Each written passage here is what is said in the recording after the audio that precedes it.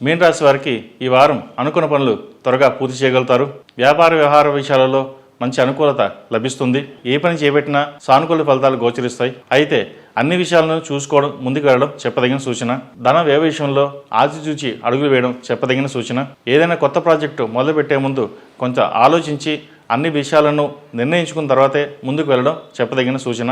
ఉద్యోగస్తులకు మంచి కాలం అని చెప్పవచ్చు. అయితే నూతన ఉద్యోగ విషయంలో కానీ ప్రమోషన్లో కానీ కొంత ఆలస్యం జరిగే సూచనలు కనిపిస్తున్నాయి. జాగ్రత్త వహించండి. ఆరోగ్య విషయంలో తగు జాగ్రత్తలు తీసుకోవాలి.